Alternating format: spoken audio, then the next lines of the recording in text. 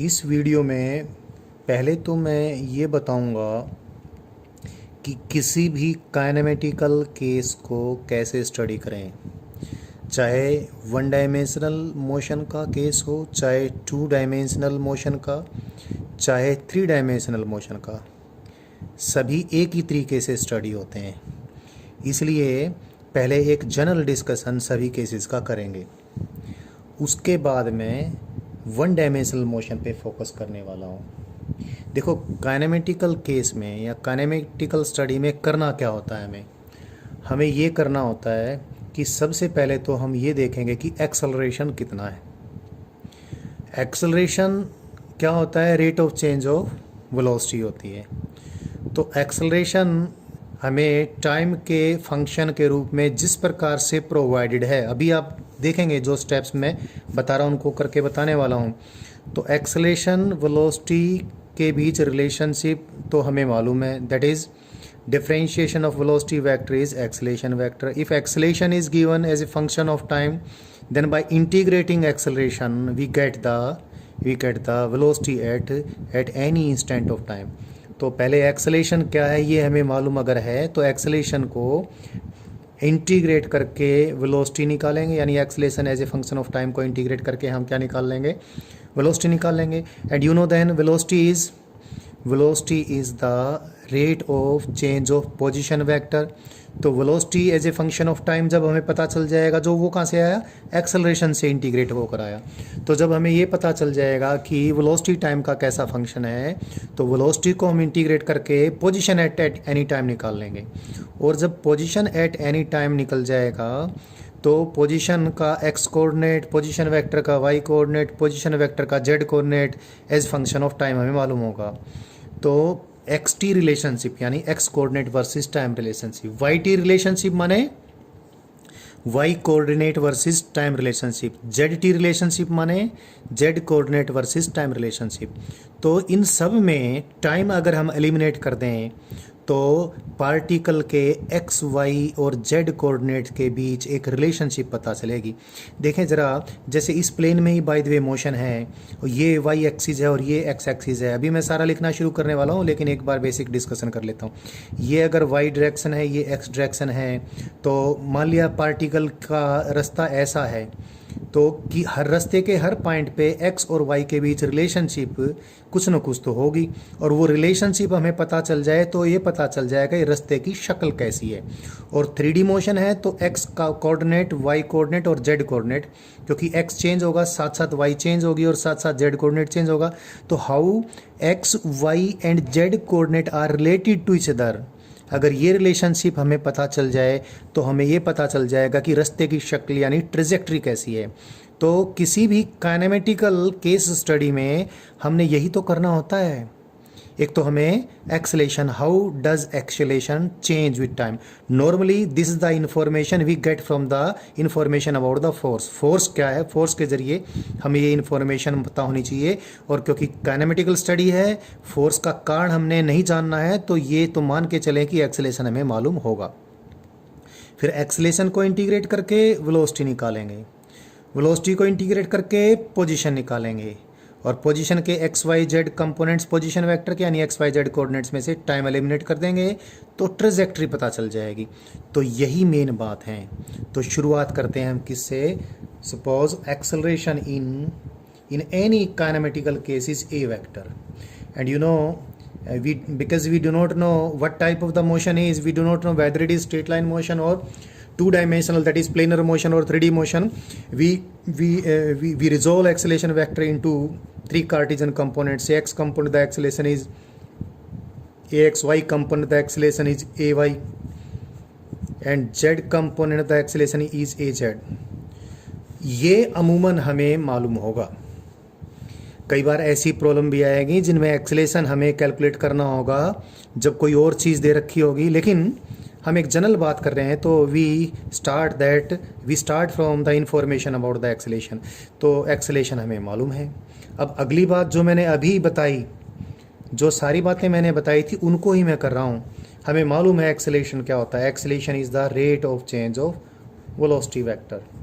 it is time rate of velocity vector. So velocity dv vector by dt, it is acceleration vector, and we put the value of acceleration here. It is ax I cap plus ay j cap plus az k cap, that is equal to a vector.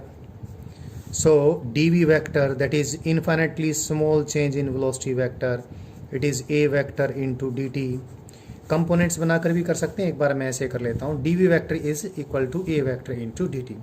So we have got a differential equation, on one side velocity और दूसरी side में acceleration into time है. But I told you acceleration as a function of time हमें मालूम होगा, तो ये इस डिफरेंशियल इक्वेशन की इस साइड में टाइम ही वेरिएबल है, इस साइड में वेलोसिटी ही वेरिएबल है. इंटीग्रेट कर देते हैं. इंटीग्रेशन करते वक्त हम ये पूछेंगे कि जीरो टाइम पे वेलोसिटी कितनी है. तो जीरो टाइम पर चीज़ें हमें पहले से मालूम होगा. हमें ये मालूम होगा जिस भी टाइम को जीरो टाइम कहा हुआ है, कि 9 बजे गाड़ी चलनी शुरू हुई थी जनाब वहाँ से, तो 9 बजे जीरो टाइम होगा.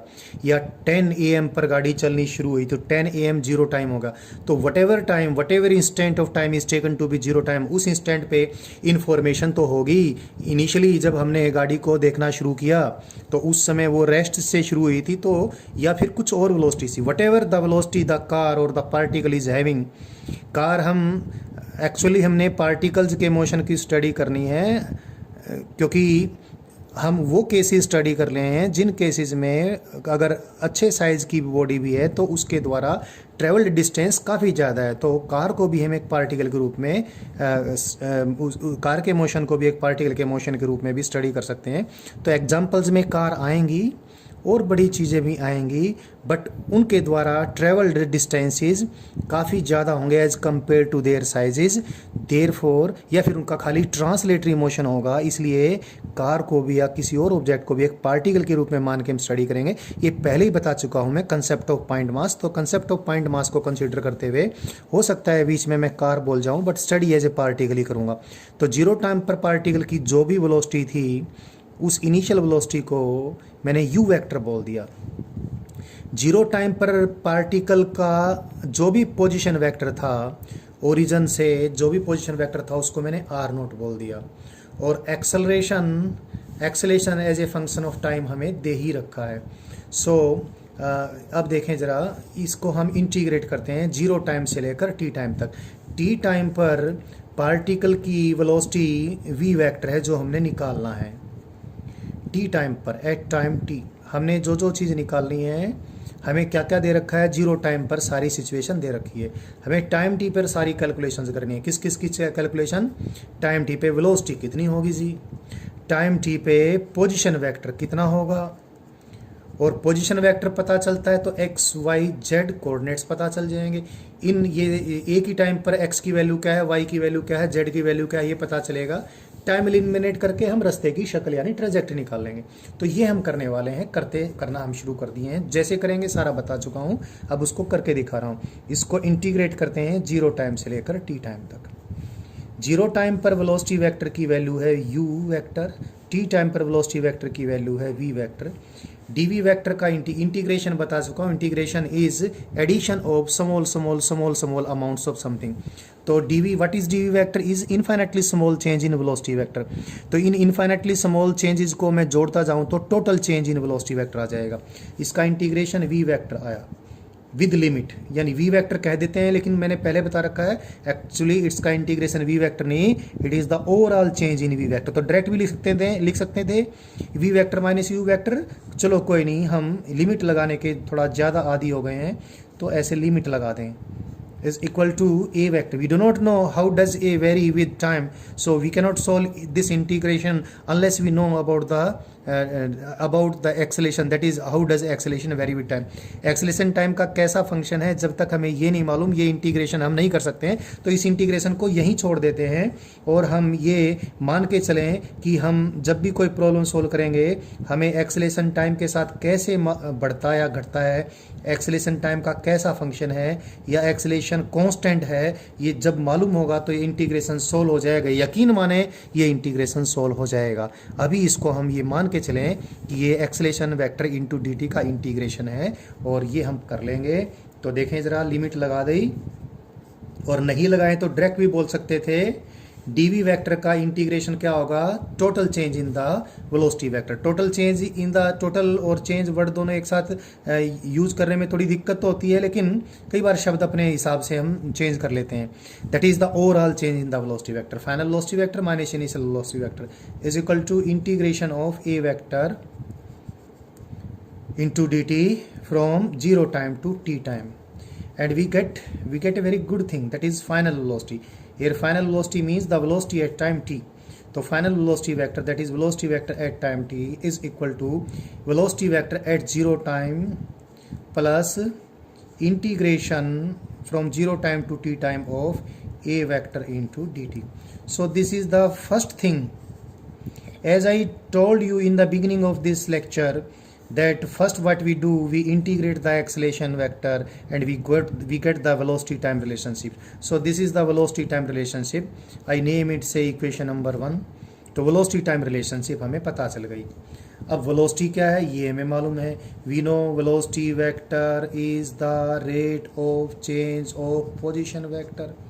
velocity vector तो rate of change of position vector है, इसलिए infinitely small change in position vector, that is dr vector is v vector into dt. so यहाँ पर ये लिख देता हूँ dr vector, that is what is dr vector, this is infinitely small change in position vector in how much small time, in the small time equal to infinitely small change in time, that is dt. dt जितने infinitely small time में जितना अनंत सूक्ष्म displacement हुआ है या फिर अनंत सूक्ष्म परिवर्तन इन पोजीशन वेक्टर हुआ है वो dr वेक्टर है। So dr vector is equal to v vector into dt। What is v? v is this, here it is we have obtained it is so v vector plus this integration of a vector into dt,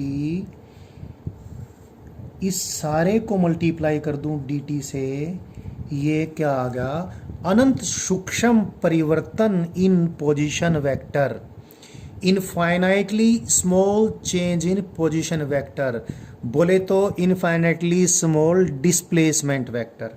और इस infinitely small displacement vector को add करता चला जाऊं तो total displacement vector आ जाएगा। Again the word total displacement is not a good word, but हमारे पास कई बार शब्द इतने अच्छे रहते नहीं हैं, तो यूं कह दूं मैं सारे थोड़े पोजीशनों में बदलाव को मैं ऐड करता जाऊं तो total change in the position vector आ जाएगा। तो मैं क्या करूंगा, जोड़ता जाऊं मतलब इंटीग्रेट करता जाऊं, तो मैं डी आर वेक्टर को इंटीग्रेट करना शुरू करूंगा। कहां से कहां तक? 0 टाइम से लेकर t टाइम तक। लेकिन 0 टाइम पर डी आर वेक्टर यानी आर वेक्टर की, यानी डी आर वेक्टर को इंटीग्रेट करा मतलब पोजीशन वेक्टर में परिवर्तनों को, थोड़े परिवर्तनों को मैं ऐड करता जाऊंगा, तो क्या आ जाएगा, पोजीशन वेक्टर में टोटल चेंज। तो पोजीशन वेक्टर की initial value minus final value, position vector की इनिशियल वैल्यू मैंने क्या मानी है, आर नोट, तो 0 टाइम पर पोजीशन वेक्टर की इनिशियल वैल्यू इस लिमिट में पुट कर देता हूँ, लिखूँ आर नोट, और पोजीशन वेक्टर की टी टाइम पर जो फाइनल वैल्यू इसको लिख दूँ मैं आर वेक्टर। तो इंटीग्रेशन की लिमिट हो गई इसकी आर नोट वेक्टर से आर वेक्टर, और ये कितना, ये इसका सारे का इंटीग्रेशन करना है, सारे का इंटीग्रेशन कितने टाइम से कितने टाइम तक, 0 टाइम से लेकर t टाइम तक, क्या है u वेक्टर प्लस ऑलरेडी एक इंटीग्रेशन है इस बड़े इंटीग्रेशन में भी, क्या a vector into dt vector, इस सारे को मल्टीप्लाई किया dt से और फिर सारा इंटीग्रेशन किया। अभी ये हम दिखा देते हैं आपको,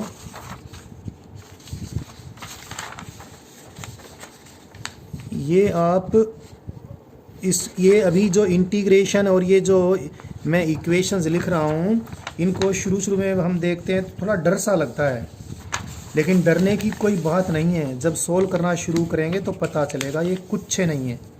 तो मैं इस इक्वेशन को यहाँ पर वापस लिखता हूँ, ये डी आर वेक्टर का इंटीग्रेशन है जनाब, r naught vector that is initial position vector to final position vector, और ये बड़ा सा जो इंटीग्रेशन था इसको दो पार्ट हैं, इसके दोनों पार्ट अलग अलग इंटीग्रेट कर दूं, u वेक्टर और फिर दोनों को जोड़ देता हूं, u vector into d t का इंटीग्रेशन 0 टाइम से लेकर t टाइम तक, और इस इंटीग्रेशन का वापिस से इंटीग्रेशन, पहले तो इस इंटीग्रेशन को लिख लेता हूँ मैं, क्या ए वेक्टर इंटू डी टी, देखो ये ए वेक्टर इंटू डी टी, इसका इंटीग्रेशन 0 टाइम से लेकर टी टाइम तक, और ये जो भी कुछ इंटीग्रेट होकर आएगा उसको फिर मल्टीप्लाई करेंगे डी टी से, और इसको फिर इंटीग्रेट करेंगे 0 टाइम से लेकर टी टाइम तक। अब सॉल्व कर लेते हैं। इनिशियल वेलोसिटी तो कांस्टेंट होती, इनिशियल चीज़ें तो कांस्टेंट हैं, कांस्टेंट्स के रूप में शामिल होंगी। देखो कई बार हम इसी में थोड़ा परेशान हो जाते हैं। सपोज मैंने किसी चिड़िया के मोशन को आपको बताना है, तो चिड़िया जब मेरे घर की मुंडेर पर बैठी थी वो टाइम 0 टाइम है, और जैसे ही मेरे घर की मुंडेर से वो उड़ना शुरू हुई, मैं एक बार चेंज कर लेता हूँ, the moment that bird started flying from my balcony wall, जैसे ही मेरी बालकनी की वॉल से, रेलिंग से उसने उड़ना शुरू किया, उस टाइम को सपोज मैंने 0 टाइम मान लिया। तो उस टाइम जितनी वेलोसिटी से वो उड़ना शुरू की थी वो इनिशियल वेलोसिटी हो गई। तो चिड़िया मान लिया उड़ना शुरू हुई थी 10 मीटर पर सेकंड की वेलोसिटी से ड्यू ईस्ट। तो रास्ते में उसको कोई तोता मिलता है, तोता बोलता है चिड़िया तुम कितनी वेलोसिटी से उड़ना शुरू हुई थी, तो चिड़िया यही तो कहेगी ना, मैं जब सर की बालकनी की मुंडेर से उड़ना शुरू हुई थी तो मेरी वेलोसिटी इतनी थी। रास्ते में उसकी वेलोसिटी बदलती जाएगी, लेकिन 0 टाइम पर तो जितनी थी उतनी थी। चिड़िया है, झूठ थोड़ा बोलेगी, इंसान होता तो झूठ भी बोल देता। तो इस प्रकार से आप इस बात को समझने की कोशिश करें, मोशन स्टडी करें या कोई और प्रॉब्लम को स्टडी करें, जो इनिशियल वैल्यूज़ हैं वो तो जितनी इनिशियली थी उतनी थी। चेंज कौन सी होंगी जो बार बार टाइम के साथ साथ बदलेंगी, वो चेंज होने लग रही हैं। So because u vector is constant, it will be taken out of the integration. The integration of dr vector is so simple, ये क्या हो जाएगा, r का चेंज हो जाएगा, that is r vector minus r note vector, या फिर limit लगा के dr वेक्टर का इंटीग्रेशन r वेक्टर की लिमिट लगाएंगे r नोट टू r, तो ये r माइनस r नोट आ जाएगा। और ये u को मैं कॉमन बाहर निकाल लिया, इंटीग्रेशन रह जाएगा dt का। इंटीग्रेशन में जो को मैंने बता रखा है, इसको कॉमन क्यों बोला मैंने, इंटीग्रेशन से बाहर निकाला कांस्टेंट को, dt का इंटीग्रेशन t होगा, और t की लिमिट लगाएंगे 0 से t, तो ये आ जाएगा, और प्लस इस integration, this integration appears to be a difficult thing, but I tell you this is very simple, but we cannot solve unless we know about a। जब तक हमें ये नहीं मालूम कि ए टाइम का कैसा फंक्शन है, इसको सॉल्व नहीं कर सकते। और जैसे ही मालूम पड़ेगा ए टाइम का कैसा फंक्शन है, पहले तो ये इंटीग्रेशन करेंगे, फिर ये भी टाइम का एक फंक्शन आएगा, फिर उसको dt से मल्टीप्लाई करके फिर इंटीग्रेशन कर देंगे, सोल्व हो जाएगा, आसान है। लेकिन जब तक हमें नहीं मालूम होता तब तक तो ऐसे ही लिखेंगे। और प्लीज़ इसको देखकर डबल इंटीग्रेशन है जी, आप परेशान ना होना, ये तो वैसी बात होगी जब सोल्व करेंगे कि खोदा पहाड़ निकली चुईया, तो it will be very simple. So you go on writing like this. So from here what we get r vector, that is final position vector minus initial position vector, it is u vector into time taken plus again this thing, I have to write it again 0 to t, किसका integration 0 to t a vector into d t का, ये all these are vector relations please. So displacement vector, initial velocity vector और acceleration के बीच संबंध ही आ गया।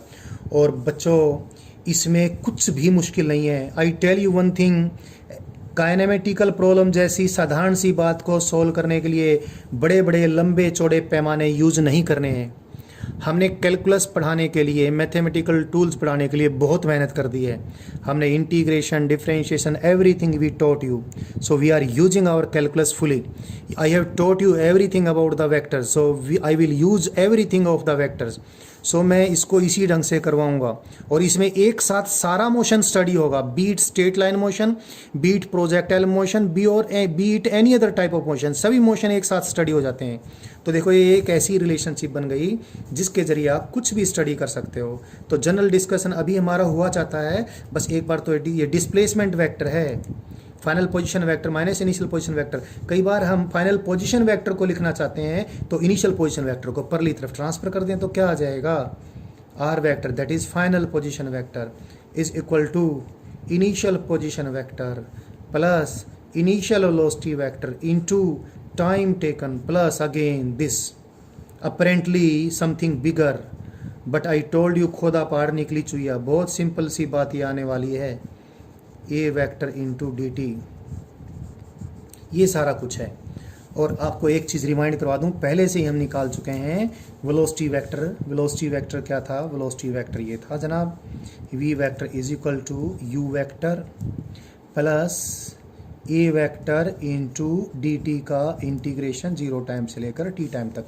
तो सारी बात है बच्चों इसमें, ये और ये कोई अलग रिलेशन नहीं है। मैंने इसको I do not remember, yes ये यहाँ लिखा हुआ है यहाँ पे, इसको मैंने इक्वेशन नंबर 1 कहा था, इसको मैं इक्वेशन नंबर 2 कह दूँ। इसमें कोई अंतर नहीं है, तो अलग नंबरिंग नहीं कर रहा, ये भी इक्वेशन नंबर 2 ही है। अभी देखें ज़रा, वैसे तो इसमें कंप्लीट बात है, फिर भी हम इसके एक्स वाई और जेड कंपोनेंट बना लें। अगर कोई इक्वेशन है, इस साइड में कुछ वेक्टर्स हैं और उस साइड में कुछ वेक्टर्स हैं, तो वेक्टर के सभी के इधर वाले वेक्टर्स के भी एक्स वाई जेड कंपोनेंट बना लिए, इधर वाले वेक्टर्स के भी एक्स वाई जेड कंपोनेंट बना लिए। तो फिर एक्स एक्स कंपोनेंट बराबर करेंगे, वाई वाई बराबर करेंगे और जेड जेड बराबर करेंगे। दो वेक्टर्स अगर बराबर हैं तो दोनों के एक्स कंपोनेंट भी इक्वल होंगे, वाई कंपोनेंट भी इक्वल होंगे और जेड कंपोनेंट भी इक्वल होंगे। तो इस बात को ध्यान में रखते हुए इस इक्वेशन को भी और इस इक्वेशन, ये कह लें मैं इनके कंपोनेंट्स में ब्रेक कर देता हूँ। एक बार करके ये वाली करके दिखा देता हूँ। इसको मैं तीनों कंपोनेंट्स में डिवाइड करूँ तो क्या लिखूंगा? इसको लिखूंगा v x i cap plus v y j cap plus v z k cap, that is equal to u vector क्या है जी? यू वेक्टर है u x i cap plus u y j cap plus u z k cap. Acceleration vector के भी तीनों component लिख दिए तो क्या बनेगा? ये बनेगा ए x i cap plus a Y j cap plus A Z k cap into d T, और इस सारे का इंटीग्रेशन 0 से लेकर टी टाइम तक। ये इक्वेशन की ये साइड तो ऑलरेडी ब्रोकन है इन इट्स रेक्टेंगुलर कंपोनेंट, इस साइड को थोड़ा सा मैं ठीक से लिख दूं तो ये क्या लिखूंगा? यू एक्स, और यहाँ से एक्स कंपोनेंट वाला साथ में लिख देता हूँ, 0 से लेकर टी तक a x d t into i cap plus j component वाली चीज़ें इकट्ठा कर लेते हैं, u y plus a y 0 से लेकर टी टाइम तक integration into j cap. Similarly u z plus 0 से टी तक इंटीग्रेशन किसका? ए जेड डी टी का into k cap. Now see on this side this vector is having 3 components. On this side the 3 components is x component is this, y component is this, z component is this. So equating x components, x component of final velocity vector is, इसको इसके साथ equate कर दिया, x component of initial velocity vector plus x component of acceleration into time taken integrated from 0 time to t time. जैसी equation ये x direction की velocity के लिए आई वैसी इसकी बहन के लिए आएगी, यानी वाई डायरेक्शन की वेलोसिटी के लिए ये आ गई, और वैसी ही इक्वेशन जेड डायरेक्शन के मोशन के लिए भी आ जाएगी। Final velocity in z direction is initial velocity in z direction plus acceleration का z component into d t का इंटीग्रेशन 0 टाइम से लेकर टी टाइम तक। तो हमने जैसे इस इक्वेशन के तीनों कंपोनेंट अलग अलग लिख दिए, वैसे ही इस इक्वेशन की भी दोनों साइड में वेक्टर्स के तीनों कंपोनेंट अलग अलग लिख दूं तो इसके भी मैं इसका आर वेक्टर का एक बार मैं करके दिखाता हूं। आर वेक्टर का एक्स कंपोनेंट क्या होता है? X coordinate i cap. R vector का वाई कंपोनेंट, चलो इसके बजाय मैं एक ही बात है ये लिख देता हूँ डिस्प्लेसमेंट वाली। आर वेक्टर के x y z component, r naught vector के एक्स वाई जेड कंपोनेंट लिखूँ तो ये क्या आ जाएगा? ये आ जाएगा x minus x naught i cap, ये वाला, प्लस वाई, उसको भी कर सकते थे, एक ही बात है, y minus y naught j cap what is x minus x naught, x coordinate की final value minus x coordinate की initial value, that is displacement along x direction. What is this, this is displacement along y direction and displacement along z direction, that is final z coordinate minus initial z coordinate. You can see I have broken this displacement vector into its 3 rectangular components. और इस equation की जो ये वाली side है इसको भी लिख देता हूँ u x i cap plus u y j cap वगैरह वगैरह, इसको भी मैं ब्रेक करूँगा. तो एक्स एक्स कंपोनेंट में इकट्ठे लिख देता हूँ. मैंने पूरी प्रक्रिया यहाँ समझा दी है तो ये काफ़ी बड़ा फैलेगा, उसके बजाय मैं आप समझे साथ साथ यू का एक्स कंपोनेंट यू एक्स, इसमें जुड़ना है क्या, एक्सेलेरेशन का एक्स कंपोनेंट, यू एक्स के साथ क्या मल्टीप्लाई होना है टी, एक्सेलेरेशन का एक्स कंपोनेंट ब्रैकेट शुरू कर लें, ये बड़े वाला इंटीग्रेशन का साइन यूज कर लें. ये बड़े वाला मतलब कोई खास बड़ा नहीं है, बस ये है कि इसके अंदर ब्रैकेट भी लिखनी है, एक इंटीग्रेशन और इसके अंदर शामिल करना है, तो इसलिए साइन थोड़ा बड़ा सा बना दिया मैंने. बोलने में मैंने ऐसा बोल दिया, ए का एक्स कंपोनेंट ए एक्स इंटू डी टी, ये जो भी इंटीग्रेशन होगा इसका, अच्छा ये तो मैंने यहाँ पर लिख दिया, कोई बात नहीं. अब ब्रैकेट लगा देता हूँ, इसको डी टी से मल्टीप्लाई कर देता हूँ, ये पॉजिटिव साइन थोड़ा मैंने यहाँ शिफ्ट कर दिया. अब ये इंटीग्रेशन कर देता हूँ मैं, ये और राइटिंग होगी, मैं इसको वापस से लिख देता हूँ. ये जो लिखा है मैंने ये सारा ही वापस लिख देता हूँ मैं. ये है x minus x naught i cap plus y minus y naught j cap plus z minus z naught k cap. ये तो क्या आ गया, ये तो डिस्प्लेसमेंट वेक्टर आ गया ये. अब मैं इसको लिखूँगा एक पार्ट तो यही लिख देता हूँ, u का x component into T plus, थोड़ा गैप छोड़ देता हूँ, एक्सेलेरेशन का x component into d T, इसका किया हमने इंटीग्रेशन 0 से लेकर t टाइम तक, इसको मल्टीप्लाई कर दिया डी टी से, फिर सारे का इंटीग्रेशन किया 0 से लेकर t टाइम तक. ये चीज़ मैंने यहाँ लिखी थी, तो ये चीज़, और इसके साथ क्या मल्टीप्लाई कर दूँ आई कैप, ऐसे ही प्लस वाई डायरेक्शन के लिए यू के भी वाई कंपोनेंट ए के वाई प्लस ऐसा ही किसके लिए, यानी ऐसा ही कुछ आकर ब्रैकेट में ऐसी चीज़ आएगी और जे कैप आ जाएगा. ऐसा ही आएगा जेड के साथ, तो ये ब्रैकेट में ये ऐसी चीज़ जेड कंपोनेंट के लिए आ जाएगी और के कैप आ जाएगा. तो अब एक्स एक्स कंपोनेंट बराबर कर दें वाई वाई जेड जेड, तो हमें क्या मिलेगा, हमें 3 ठू इक्वेशन मिलेंगी. एक तो क्या, x minus x naught that is displacement along x direction is equal to this, that is ux into t plus ax into dt का इंटीग्रेशन 0 से t तक, इसको मल्टीप्लाई किया dt से, फिर से इंटीग्रेट कर दिया 0 से t तक. एक तो इक्वेशन ये मिल गई हमें, position time relationship along x direction.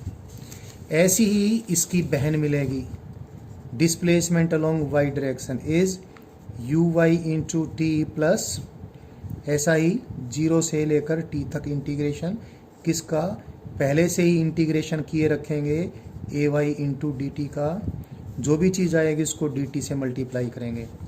ऐसी ही इक्वेशन मिलेगी जेड डायरेक्शन में डिस्प्लेसमेंट की स्टडी के लिए. सो जेड, इसको डेल्टा एक्स भी बोल देते हैं कई बार, डेल्टा एक्स, इसको डेल्टा वाई भी बोल देते हैं. ये डिवाइडेड नहीं है, कभी इसको कुछ और समझ जाए, सोच लो कभी डिवाइडेड है. यहाँ लिख देता हूँ is equal to delta x, ये क्या है डेल्टा वाई. ऐसे ही ये क्या मिलेगा, you Z into T plus 0 से t तक, t टाइम तक इंटीग्रेशन किसका, ऑलरेडी ए जेड इंटू डी टी का इंटीग्रेशन करके डी टी से मल्टीप्लाई करके. तो आप ये देखें, वेलोसिटी के लिए 3 इक्वेशन ये बनी थी, वेलोसिटी के एक्स वाई जेड कंपोनेंट की, और डिस्प्लेसमेंट की भी 3 इक्वेशन हमारे को ये मिल गई हैं. तो मैं इस सारी बात को दोबारा से लिखूँ, एक कंपोनेंट के बारे में बताऊँगा, वैसा ही दूसरे, वैसा ही तीसरे के बारे में होगा. तो we will get what, acceleration के एक्स कंपोनेंट से हमें, इस सारी बात को मैं वापस लिख रहा हूँ, हमें पहले तो मिलेगा वेलोसिटी का एक्स कंपोनेंट टी टाइम पर कितना है जी. आप यहाँ देख लें, इनिशियल वेलोसिटी का एक्स कंपोनेंट ये रहा, हमने पिछले पेज पे लिखा था, प्लस 0 से t टाइम तक ax इंटू डी टी का इंटीग्रेशन, वेलोसिटी का एक्स कंपोनेंट टी टाइम पर पता चल गया, और डिस्प्लेसमेंट का भी इसके साथ साथ हमें ये भी पता चल गया, डिस्प्लेसमेंट का एक्स कंपोनेंट यानी एक्स कोऑर्डिनेट में कितना चेंज हुआ। डिस्प्लेसमेंट का एक्स कंपोनेंट माने एक्स डायरेक्शन में कितना डिस्प्लेसमेंट हुआ या एक्स कोऑर्डिनेट कितना चेंज हुआ 0 टाइम से लेकर टी टाइम तक, that is equal to u x into t ये प्लस इंटीग्रेशन फ्रॉम 0 टाइम से लेकर टी टाइम तक किसका, ऑलरेडी इंटीग्रेशन करेंगे किसका भाई 0 टाइम से लेकर टी टाइम तक a x into d t का, ये जो भी कुछ इंटीग्रेशन आएगा इसको डी टी से मल्टीप्लाई करके फिर दोबारा से इंटीग्रेशन कर देंगे। ऐसी ही इक्वेशन बनेगी वाई कंपोनेंट के लिए वेलोसिटी के, और ऐसी इक्वेशन बनेगी वाई कोऑर्डिनेट के चेंज के लिए, ये आएगी ऐसी इक्वेशन वी वाई के लिए ऐसी ही, ये आएगी वाई डायरेक्शन में डिस्प्लेसमेंट के लिए ऐसी ही, ऐसी इक्वेशन बनेगी वेलोसिटी के लिए, वेलोसिटी के जेड कंपोनेंट के लिए, और ऐसी इक्वेशन बनेगी जेड डायरेक्शन में डिस्प्लेसमेंट के लिए सेम। और यकीन माने बच्चों ये बहुत आसानी से सोल्व होने वाली हैं। The moment we give how does a vary with time immediately you will integrate them and you will get the solution. विश्वास करें, अभी प्रॉब्लम सोल्व करेंगे आपको पता चल जाएगा। चलो आपने विश्वास किया, अब आगे बढ़ते हैं। तो भैया हमें एक रिलेशन मिलेगी एक्स टी यानी इसको एक्स नोट को इधर भेज दूंगा मैं, बहुत आसानी से बिछ जाएगा, आप आसानी से कर लेंगे। एक तो रिलेशनशिप मिलेगी हमें एक्स और टाइम के बीच में, x as a function of time यहाँ से, एक मिलेगी y as a function of time, एक मिलेगी हमें z as a function of time, z as a function of time. तो सभी में से टाइम एलिमिनेट करके एक्स वाई और जेड के बीच एक संबंध मिल जाएगा। एक्स वाई और जेड के बीच संबंध मिलने का मतलब है टाइम टी पर एक्स ये था तो वाई इतना था, जेड इतना था, फिर ये ऐसे ऐसे टाइम के साथ साथ एक्स वाई और जेड कैसे बदल रहे हैं, यानी एक्स इतना है तो वाई कितना है। एक्स मान लिया ये एक्स डायरेक्शन है, सपोज ये एक्स डायरेक्शन है, मैं ऐसे बताऊं, और ये वाई डायरेक्शन है और जेड डायरेक्शन ये है। अगर हमें ये मालूम हो किसी टाइम पर, ऐसे बता देता हूं मैं, सपोज ये x direction, this is x direction, this is y direction and this is z direction. तो हमें ये मालूम हो टी टाइम पे पार्टिकल यहाँ पर था, यानी एक्स कोऑर्डिनेट इतना था, वाई कोऑर्डिनेट इतना था और जेड कोऑर्डिनेट इतना था। फिर उसके बाद ये पता चले एक्स कोऑर्डिनेट इतना हो गया, वाई कोऑर्डिनेट इतना हो गया, जेड कोऑर्डिनेट इतना हो गया। तो एक्स और वाई और जेड के बीच अगर हमें संबंध पता चल जाएगा तो हमें रास्ते की शक्ल पता चल जाएगी। तो हमने शुरुआत की थी किस बात से, how do we study a general kinematical case. कोई भी काइनेमेटिकल केस है उसमें हमने क्या निकालना होगा, वेलोसिटी किस समय कितनी है। दूसरी बात, पोजीशन किस समय कितनी है। तीसरी बात, रास्ते की शक्ल कैसी है। और ये सारी चीज़ें हम इन इक्वेशन से निकाल लेंगे। तो स्टडी करने का ये तरीका है। अब कुछ आसान, इसके कुछ स्पेशल केस लेते हैं, और आसान और आसान और आसान बात। तुम सोचते होगे पहले मुश्किल बात क्यों बताई, ये मुश्किल बात नहीं है, क्योंकि एक बार फिर बता देता हूँ, हमने कुछ भी मुश्किल काम नहीं किया है। हमने एक साधारण सा संबंध इस्तेमाल किया है जो इतने दिनों से कैलकुलस वगैरह करवाते कि हम आपको बता रहे थे कि rate of change of velocity is acceleration, this is the mother of all relations. इस माता जी को मैं यूज़ करते करते जो जो बच्चे हमें मिलते गए वो हम सोल्व करते गए। इस माता जी से पहले तो हमें क्या पता चला इंटीग्रेट करके velocity as a function of time क्या है। फिर इस माता जी, ये इसकी माता जी है तो पोजीशन की नानी हो गई क्या।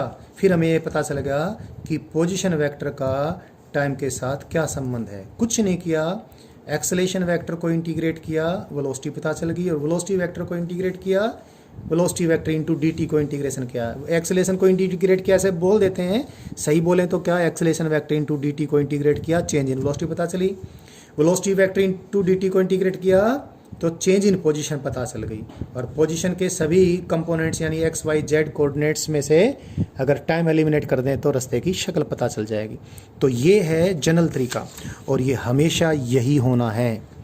काइनेमेटिकल स्टडीज़ तो पूरी प्रकृति के अध्ययन में यानी पूरी फिजिक्स स्टडी में सब जगह आने ही आने वाली है।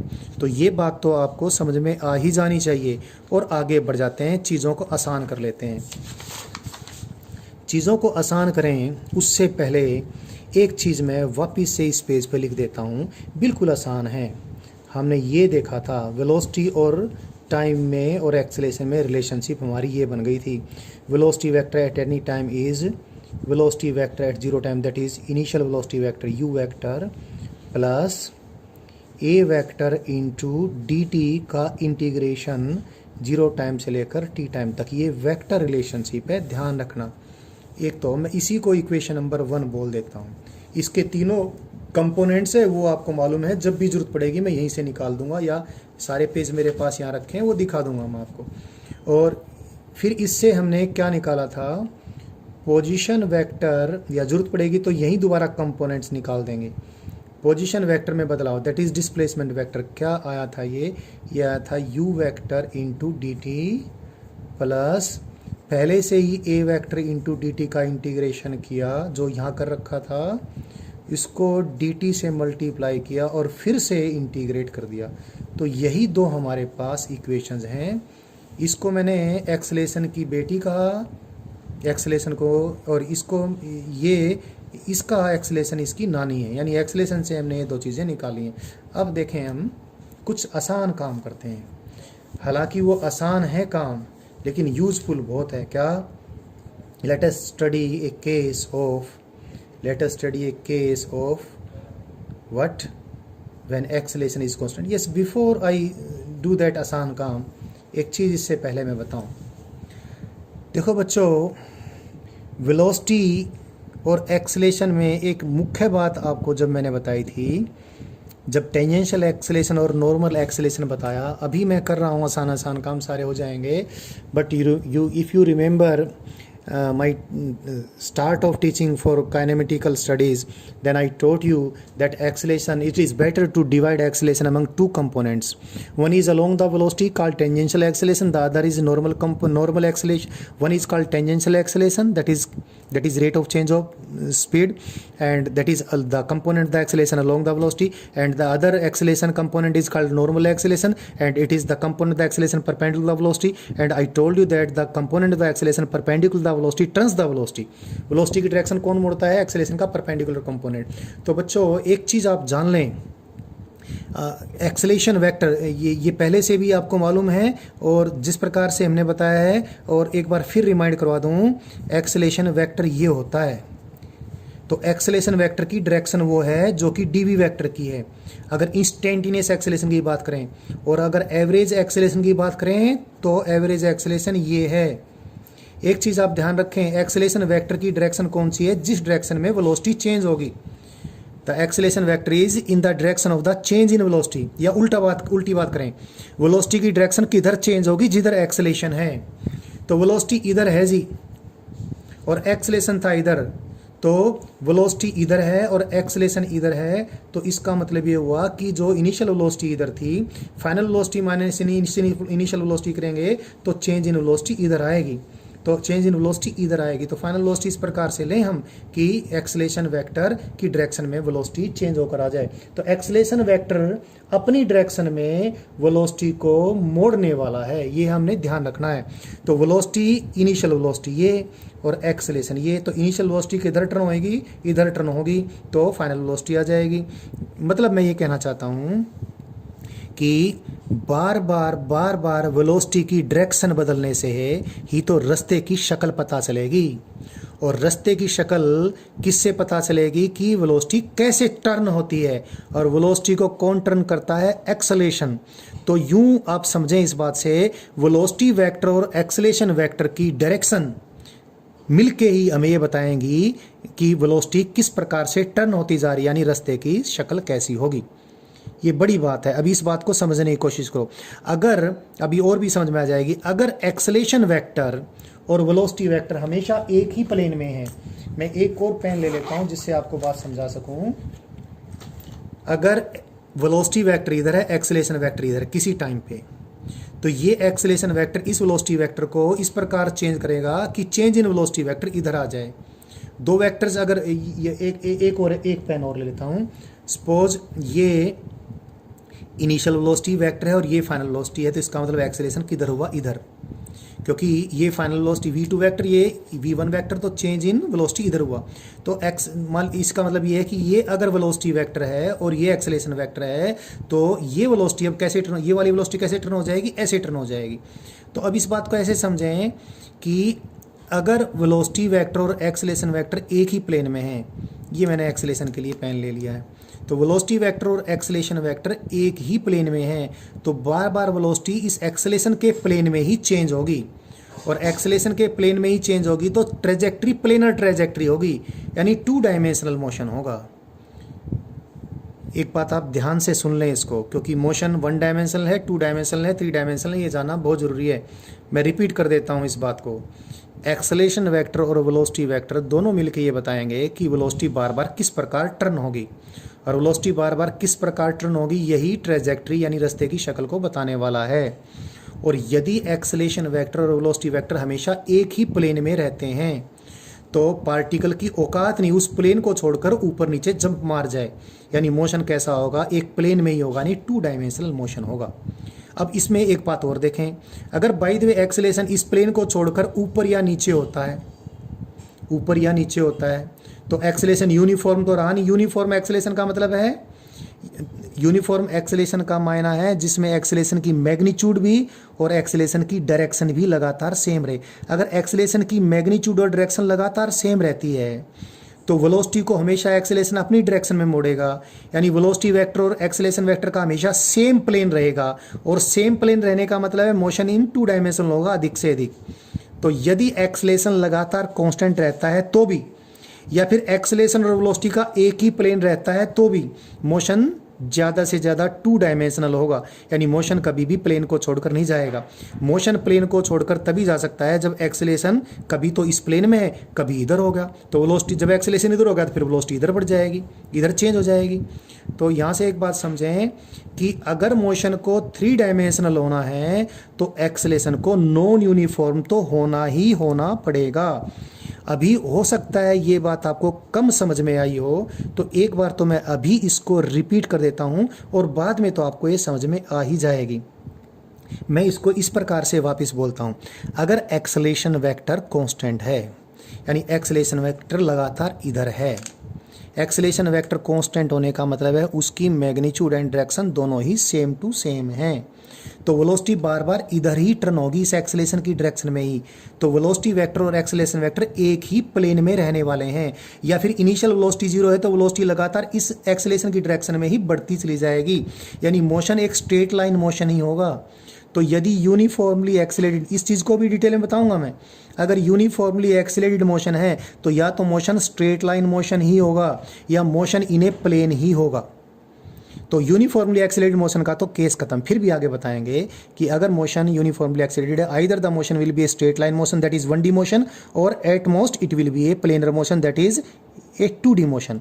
लेकिन अगर हम एक्सेलरेशन को यूनिफॉर्म ना भी ले तो, एक्सेलरेशन अगर यूनिफॉर्म नहीं है तो भी अगर एक्सेलरेशन और वेलोसिटी एक ही प्लेन में रहते हैं तो भी मोशन 2 डायमेंशनल ही होगा। अगर हम चाहते हैं कि मोशन 3 डायमेंशनल हो तो एक्सेलरेशन को एक प्लेन से छोड़ के बाहर या अंदर कूदना पड़ेगा, यानी एक्सेलरेशन की डायरेक्शन इस प्लेन से एक प्लेन को छोड़कर किसी और डायरेक्शन में जाएगी। जैसे इस प्लेन को एक्सेलरेशन लीव करेगा, पार्टिकल की वेलोसिटी भी इधर चेंज हो जाएगी, या नीचे अगर एक्सेलरेशन टर्न होता है तो पार्टिकल की वेलोसिटी नीचे चेंज होगी, यानी मोशन 3 डायमेंशनल हो जाएगा। यानी 3 डायमेंशनल मोशन होने के लिए एक सबसे आवश्यक शर्त, the necessary condition for the motion to be 3 dimensional is the acceleration must not be uniform. Uniform को तो होना ही होना नहीं चाहिए एक्सेलरेशन को। अगर एक्सेलरेशन यूनिफॉर्म है तो ज़्यादा से ज़्यादा 2 डायमेंशनल मोशन होगा, एक्सेलरेशन नॉन यूनिफॉर्म होगा तो ही मोशन 3 डायमेंशनल हो सकता है। लेकिन नॉन यूनिफॉर्म एक्सेलरेशन होने से कोई गारंटी नहीं कि मोशन 3 डायमेंशनल हो। नॉन यूनिफॉर्म एक्सेलरेशन इस प्रकार हो कि एक ही प्लेन के अंदर एक्सेलरेशन वेक्टर चेंज होता रहे तो भी मोशन 2 डायमेंशनल मोशन ही होगा। नॉन यूनिफॉर्म मोशन होने के लिए तो एक्सेलरेशन को 3 डायमेंशनल मोशन होने के लिए तो एक्सेलरेशन को नॉन यूनिफॉर्म तो होना ही होना पड़ेगा। उसके साथ साथ एक्सेलरेशन वेक्टर को एक ही प्लेन के बजाय उस प्लेन को छोड़कर उस प्लेन से बाहर किसी और डायरेक्शन में बार बार चेंज होना पड़ेगा। तो 3 डायमेंशनल मोशन के एग्जाम्पल रियल लाइफ सिचुएशंस में तो बहुत होते हैं, लेकिन केस स्टडीज़ के रूप में जिन केसेस को हम स्टडी करते हैं जो प्रॉब्लम सॉल्व करनी आसान होती हैं, उसमें 3 डायमेंशनल मोशन के केस आसानी से नहीं मिलते हैं। तो एक बार क्लियरली आप ध्यान रखें, फिर रिपीट कर देता हूँ, if the acceleration is uniform then either the motion will be a straight line motion, अभी इन सारी चीज़ों को सोल्व भी करवाऊंगा, और the motion will be in a plane, and the necessary condition for the motion to be 3 dimensional motion acceleration must be non uniform. और खाली नॉन यूनिफॉर्म बोलने से जरूरी नहीं 3D मोशन हो जाए, नॉन यूनिफॉर्म एक्सेलेरेशन भी, अगर एक्सेलेरेशन एक ही प्लेन में है तो भी मोशन 2 डायमेंशनल ही होगा। बाकी अब मैं आगे अगली वीडियो के अंदर टीच करने वाला हूँ।